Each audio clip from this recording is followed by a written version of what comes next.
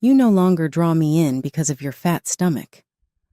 Robert shocked me by telling me that I shouldn't have gotten a divorce when I was pregnant and advised me to raise the kids on my own. I had the impression that I was alone on the streets. Then something miraculous occurred. I found an excuse to accept the divorce and said, "Okay, here are the divorce papers." After 3 months, he began phoning me non-stop. I'm Jasmine, and I work in an everyday workplace. I've never had a very exceptional life, but right now I feel like I'm at my best. Jasmine, will you support me? My boss, Robert, who worked in sales at a big trading business, was the man I married. I was 27 when we first went on a date. I didn't think much of him at first because I considered him to be a trustworthy senior colleague. But it was during a business party that I saw just how trustworthy he was. He was courteous, well-liked by others, and enthusiastic about what he did. Every day I am in awe of his sales tactics. I found it difficult to voice my thoughts, unlike Robert. It took me a few years to speak up and find my voice. Robert was a really enthusiastic instructor, and I could not help but be captivated by his energy. After being promoted to section chief, he began contacting me more regularly, which suggested that he was aware of my feelings. After our relationship started, he proposed to me a year later. "I've been wanting to ask you this for so long, but I have feelings for you. Would you like to marry me?" He exclaimed nervously. I felt giddy looking at him, that I couldn't even utter a word, so I excitedly nodded my head, slightly tearing up. We've made it to the finish line today at last. To be honest, I felt like I was going to heaven. I was so happy. Since I had never been in a meaningful relationship or had any romantic experiences before, this was perhaps the first time in my life that I felt such extreme delight. But before things took a turn for the worse, I believed that falling in love with Robert was a mistake that I couldn't take back. I became pregnant a year after I married Robert. Eager to observe Robert's reaction, I left the hospital with excitement. However, his reply came as a horrifying surprise. With complete discomfort, he said, "Huh? What do you mean you're pregnant?" His remarks, "Didn't you marry me to support my life?" summed up how he felt exactly. "Did you not take birth control pills?" It stunned me. I had always desired children, and we were constructing our lives together after marriage. I had assumed Robert would be equally content, but he was really unhappy. Robert regarded me as a flatmate and never desired children. It dawned on me during our conversation about my pregnancy. "Birth control? You made no mention of birth control at all. I thought you'd be happy." His remarks were too harsh. I lost control of my emotions and retaliated. Robert let out a deep sigh at that same time. "You're simply not getting it. You are garbage, making a huge mess of my life," he said again, clearly disgusted and frustrated. "You used to work for me, so you can't even pretend that acting in a way that you're not taught is what it means to be an adult. Is your mind too devoid of substance to comprehend that?" He tapped my head with his index finger and said, he spoke with such intensity and conviction that I could sense his hatred and rage. This was not intended to be bad news. How come he married me at all? He disclosed one more startling reality as I was thinking this. "When I married you, I figured you could at least take care of the housework. But here you are opening up new things for me to take care of. Honestly, I'm thinking about filing for divorce," he continued, his words nearly seeming like a threat that broke my heart. Robert smirked and continued, overcome with melancholy and unable to say, "I was really considering hiring a maid before I married you. Although I detest doing housework, you seemed to enjoy me, didn't you? You never disregarded my advice, and I'd heard you were adept at doing housework. I believed that we would both benefit from it. It appears that you deceived me." More than outraged, his absurd statements made me sad. I tried to distract myself from the discomfort by biting my lip out of fear of crying. I never desired to have kids with you. Who requested you to become pregnant? It was common sense to take birth control. You are responsible for that.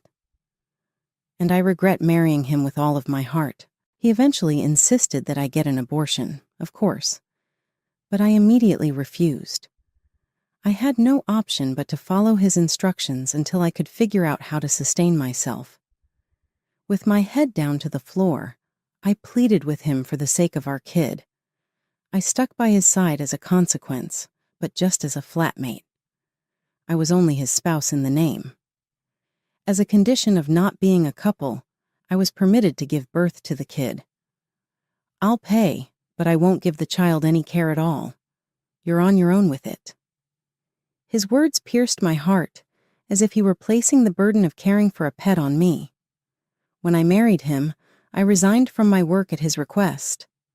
After our divorce, if I went back to my old employment, I would have to face Robert every day, which I could not bear. I had to live this life until I got a new job and a steady salary. I was depressed with those ideas every day. I'll work outdoors if you properly maintain the house. You only have to take care of the housework, he stated. Even while we were dating, I knew he wasn't very good at housework, but I foolishly believed he was depending on me. Maybe this was one of his motivations for wanting to wed me. I could never get away from the emotional abuse I suffered at his hands, especially now that we had a kid. It would be terrible to go from his above-average income to nothing, which is worse for a child, living in a home devoid of affection or in poverty. After I had to make this difficult decision, I received terrible news of my parents passing away. I was only able to see my parents around once a year after I got married. Because I was only permitted to go back home for 3 days when Robert was gone for a business meeting. He would make it plain that I couldn't just leave him food by asking, "If you leave the house, what am I supposed to eat?" Such self-serving remarks implied that my few vacations home were a reward for my daily labors and the limited pleasures in life. The only filial responsibility I could provide was to report about my child, but even that was taken away from me. I thought my life had reached its lowest point. I later got an email correspondence from an addressee I did not recognize. I opened it with unease and was astonished to see what was inside. It included a photo and the sender's phone number along with the words, "If you read this letter, please contact me anytime." I took the image to be proof that the letter was authentic. I agreed to meet them and sobbed as I told them everything over the phone. You wish to see your family members considering your living situation? How are you so self-centered? What about the food I was eating at the time? Robert asked. Please, I have to handle my parents' business and follow the necessary steps.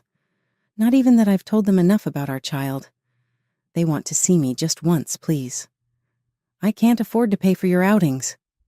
He barraged me with harsh, icy words and screamed, "If you go, pay with your own money." But I was no longer able to be hurt by Robert's comments. I could just ignore his pestering since my heart was so numb.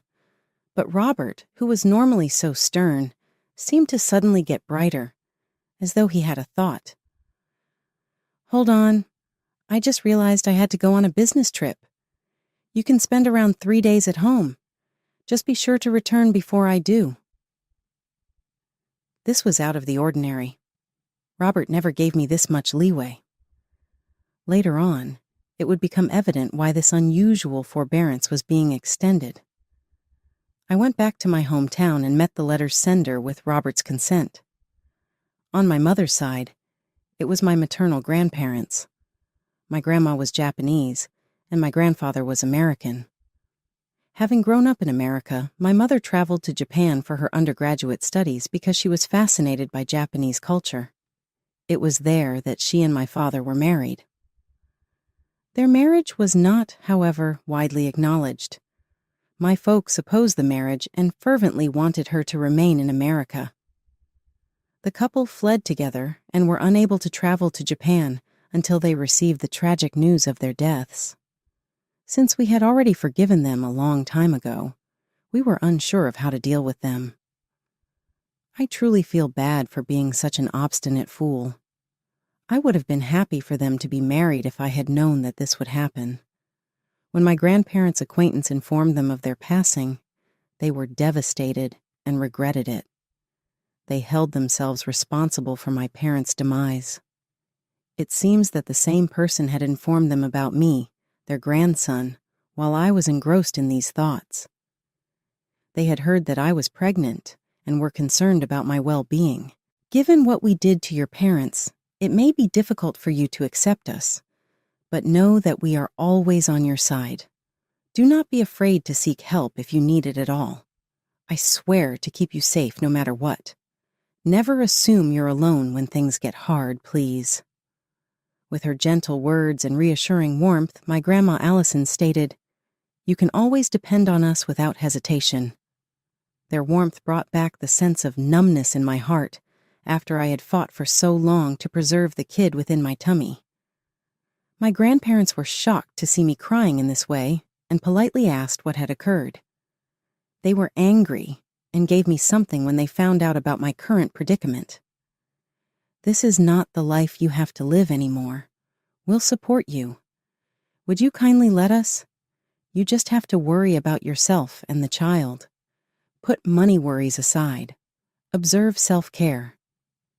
Their encouraging remarks gave me the confidence to file for divorce. I promised to get even with my husband. Robert, though, moved first before I could do anything.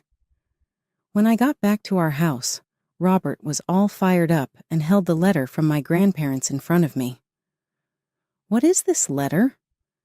You went through my desk without agreement?" I was mad. "This is my home. I'm free to do what I choose. Even if it's your house, there's something called privacy. How are you feeling today? Talking back to me in that way makes you appear different." I had to admit, it was amazing how well he could sense even the smallest shift in me. Still, it didn't really matter if he had read the letter. There was nothing wrong with the letter. It only stated that my grandparents existed.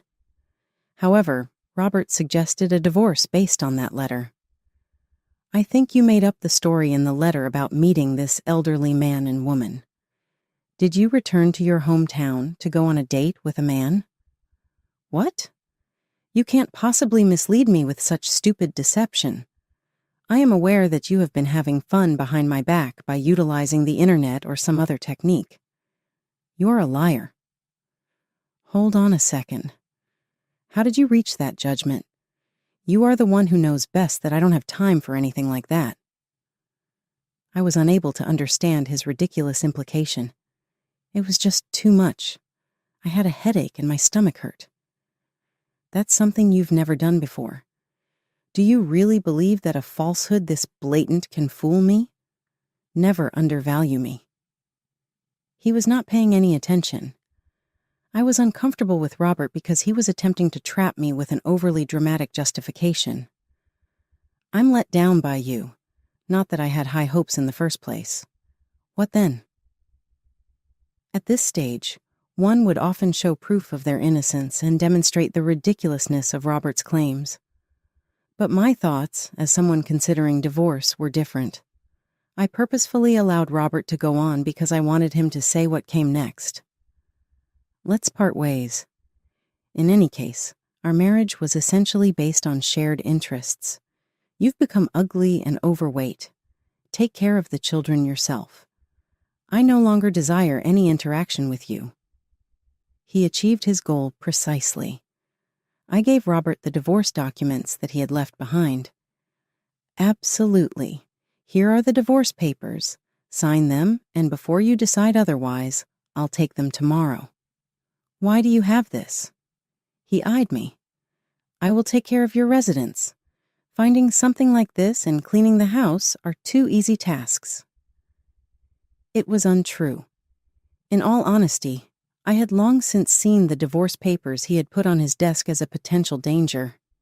He subtly implied that he could get rid of me at any time, making sure that I was always afraid of him and would never hurt him again. I was terrified of that one piece of paper every single day. "You suddenly have a lot of confidence. Can you truly exist without me, having no life skills? Don't underestimate me. I will no longer rely on someone such as yourself. I will use all of my might to keep my child safe. It was, in fact, a gamble. Inside, I was nervous, wondering what would happen if Robert saw that I had suddenly become brave. But I had a suspicion as to why Robert was bringing up the divorce now. I thus understood that he would not back down from his divorce proposal, and this was also a win-win situation for him. Oh my goodness! If you have such an attitude, then bring up that child by yourself. As we are separating amicably, I will not be interacting with you or the child in any way. I never see that kid, and I don't want you anywhere near me, got it? All right. This concludes our conversation. Thus, I divorced Robert when I was around 9 months pregnant. I was able to pack up my things and go out of his place on time since I had some funds from my years of being alone. I went to my grandparents' house to take care of some business. Later, I gave birth to my first child, a healthy boy. With expectations for his robust and sturdy growth, I gave him the name. His kid grew up so quickly, and his grandparents and I both loved seeing him grow and lead happy lives. My phone rang 3 months later, and it was from an unknown number. My expression soured as I replied, "What in the world is happening? Describe." I was nearly tempted to respond, but his voice was so high-pitched and tremulous. I believed it was a lady phoning at first. I recoiled involuntarily as soon as I heard his voice, being uneasy at the mere sound of it. I wanted to hang up the phone right away, but he kept talking as I listened. "You founded the business? I haven't heard of this before. During our marriage, where did you acquire that lot of money? That money belongs to me. Return it immediately, you cunning lady." The voice obviously belonged to Robert, who had somehow learned about my new business. "Someone is stealing my money?" he said, accusing me in the manner of a debt collector. I groaned in shock at Robert's point of view. I spoke coolly, even though I didn't fully understand the situation. "Well, why do you think this is a scam? There isn't any proof that I took your money. Stop talking, you liar. You likely stole extra money from me to cover your living expenses in secret. Even if that were the case, I could never have saved up enough money to launch a business. A month's worth of spending was hardly covered by the living expenses. Don't act absurd. How did you obtain so much money then? When you were jobless and living with me, no employment could have provided you with that kind of money. You just were unaware of my possessions. I had $1.1 million just before our split." "How come? 1.1 million?" Robert surprised himself and spoke out. This news obviously took him aback as he choked on his words.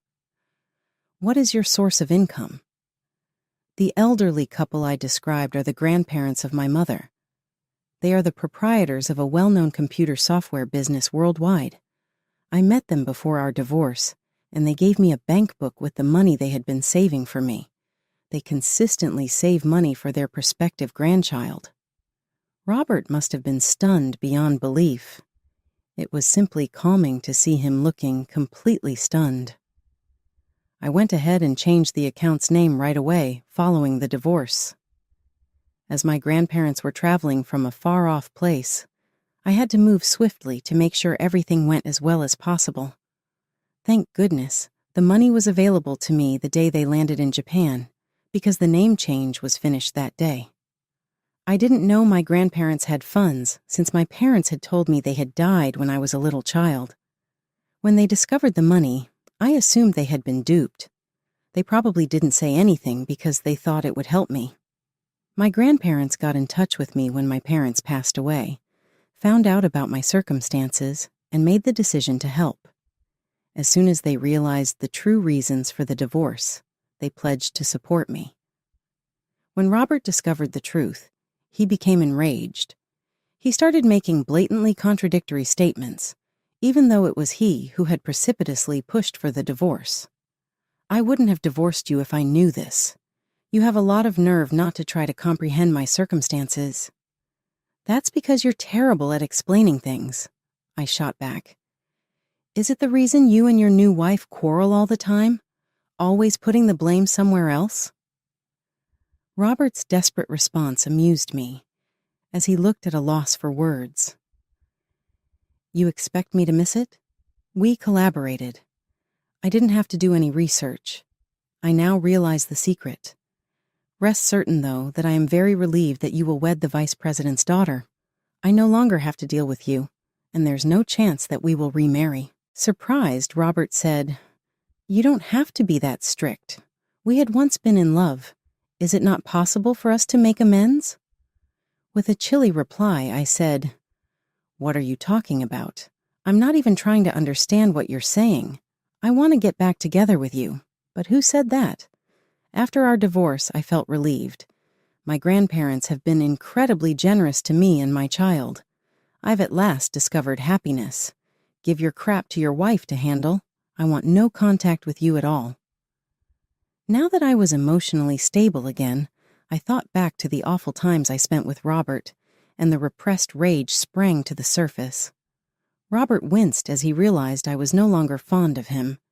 Trying a fresh tactic, he then said, Well, could you offer me some money? With the high maintenance demands of my new wife, I hardly have any money left over for spending.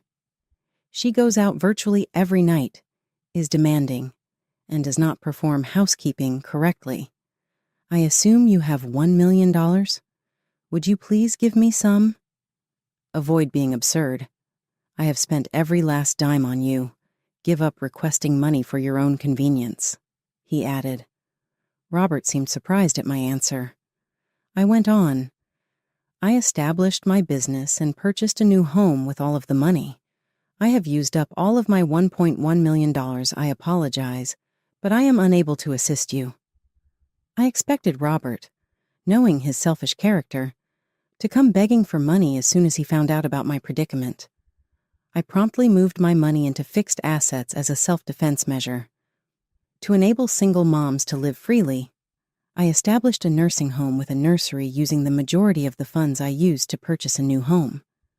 The service gained a lot of popularity and positive feedback from mothers facing comparable circumstances. I did extensive research, used social media, and spoke with my grandparents for guidance on the company's processes and website to learn what was required of single parents in the job. To satisfy these demands, I founded my own business. I can't believe you're running such a successful business, said an astonished Robert. It always annoyed me so much when you had a condescending manner.